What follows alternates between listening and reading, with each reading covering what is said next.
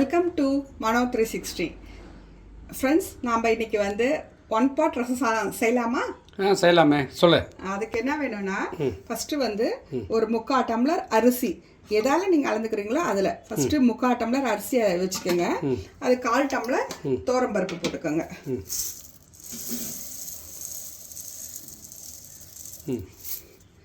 அதை அப்படியே ஊற வச்சிடலாம். ஒரு 1/2 hour ஊறட்டும். இந்த அரிசியும் பருப்பும் ஊறட்டும். இந்த அரிசியும் பருப்பும் கழுவிட்டு ஊற வச்சுருக்கேன். இந்த புளியை ஊற வச்சுருக்கேன். ஒரு லெமன் சைஸ் அளவுக்கு வெது தண்ணியில் ஊற வச்சுருக்கேன். ஃபஸ்ட்டு இது ரெண்டுத்தையும் ஊற வச்சிடணும். ரெண்டுத்தையும் இதை பாருங்கள், காட்டுங்க. இது ரெண்டுத்தையும் ஊற வைக்க சொன்னேன் இல்லையா? ஒரு 1/2 hour ஊற வச்சிருக்கோம். அது ரெண்டும் ஊறிடுச்சு. இப்போ என்ன பண்ணேன், ஒரு 3 தக்காளி, 3 பச்சை மிளகா, பூண்டு ஒரு 10 பல்லு தட்டி வச்சிருக்கேன், கருவேப்பிலை வச்சிருக்கேன், கொத்தமல்லி வச்சிருக்கேங்க. தாளிக்கிறதுக்கு வந்து கடுகு, காஞ்ச மிளகா, சீரகம், பெருங்காய தூள் இருந்தாலும் ஓகே, கட்டி பெருங்காயம் இருந்தாலும் ஓகே. சரி, அதான் அதை வச்சிருக்கேங்க. சரி, இப்போ வந்து தாளிச்சுக்க போறோங்க நம்ம. இப்போ நெய் 1 ஸ்பூன் விட்டுக்கிறேன். எண்ணெய் விட்டுக்கங்க கொஞ்சம்.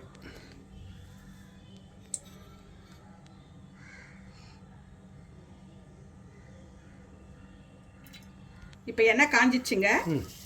இந்த கடுகு எல்லாம் போட்டுடலாம். கடுகு, சீரகம், காஞ்ச மிளகா 2, பெருங்காயங்க. இதை நல்லா போட்டு வெடிக்க விடணும். விடனாங்க. இப்போ பொரிஞ்சிடுச்சு. பொரிஞ்ச உடனே இந்த பூண்டு தட்டி வச்சிருக்கேன்ல, அது போட்டுக்கோங்க. பச்சை மிளகா போட்டுக்கோங்க. அது ரெண்டுத்தையும் ஒரு வதக்கி. தக்காளி போட்டுக்கோங்க. 3 போட்டிருக்கேன். அதாவது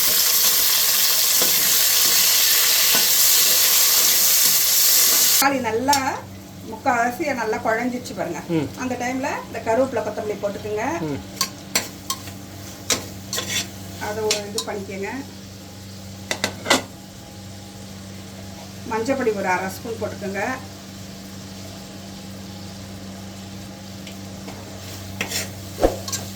மிளகாப்பொடி 1 ஸ்பூன் போட்டுக்கோங்க. ரசப்பொடி 1 ஸ்பூன் போட்டுக்கோங்க. இப்போ 1 ஸ்பூன் உப்பு போட்டுக்கோங்க.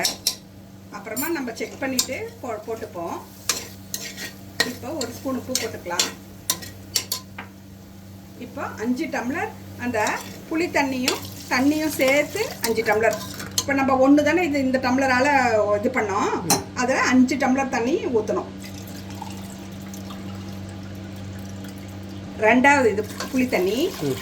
மொத்தம் டோட்டலாக 5 2 டம்ளர் இந்த தண்ணியும் புளி தண்ணியும், மற்ற சாதா தண்ணி இந்த தண்ணி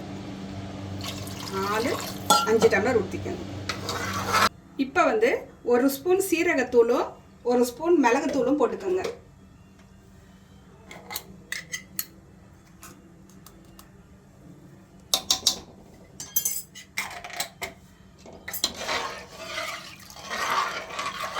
மிளகுத்தூளும் சீரகத்தூள், உப்பு உங்களுக்கு கரெக்டாக செக் பண்ணிவிட்டு, உங்களுக்கு கொஞ்சம் தூக்கலாக இருக்கணும். அப்போ தான் நம்மளுக்கு ரசம் சாதம் டேஸ்டியாக இருக்கும்.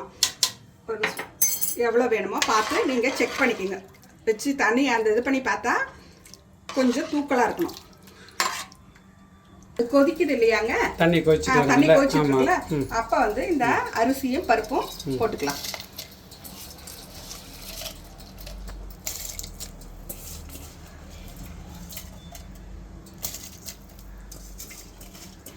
போட்டாச்சு இல்லையா? இப்போ வந்து மூடி ஒரு 4-5 சவுண்டு மீடியம் ஃப்ளேமில் வச்சு ஒரு 4-5 சவுண்டு விட்டுக்கோங்க. இப்போ திறந்து பார்க்கலாங்க. இது போயிடுச்சு பாருங்க எப்படி இருக்குன்ட்டு. சூப்பராக இருக்குடா, இல்லை? செமையாக இருக்குல்ல? இப்போ என்ன பண்ணுங்க, பாருங்க, இது மாதிரி ஒரு கெட்டியாக ஒரு இது வச்சுட்டு நல்லா குழச்சி விட்ருங்க. இந்த சூட்லேயே அப்படியே குழச்சி விட்ருங்க.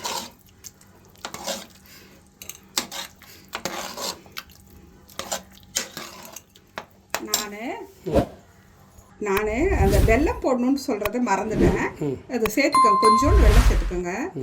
அது ரொம்ப டேஸ்டியாக இருக்கும். அதில் கொத்தமல்லி போட்டுக்கோங்க. 1 ஸ்பூன் நெய் போட்டுக்கோங்க.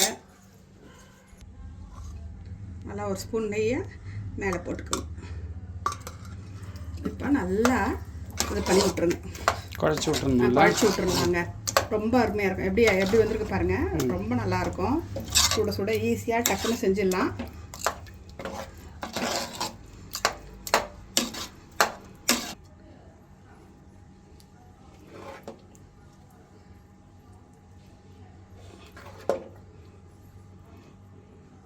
சூப்பரான 1 பாட் ரச சாதம் ரெடி. செஞ்சு பாருங்கள், செம்மையாக இருக்குது. நல்லா நெய் போட்டுக்கிட்டு ஒரு அப்பளம் வச்சுங்க, கையில் அப்பளம் வச்சு உருளைக்கிழங்கு பொரியல் பண்ணி அதை கூட வச்சு தொட்டு சாப்பிட்லாம்.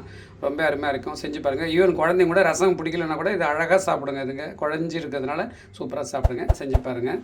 இந்த வீடியோ பிடிச்சிருந்துன்னா லைக் பண்ணுங்கள், ஷேர் பண்ணுங்கள், கமெண்ட் பண்ணுங்கள். அடுத்த வீடியோவில் சந்திக்கலாம். பாய்.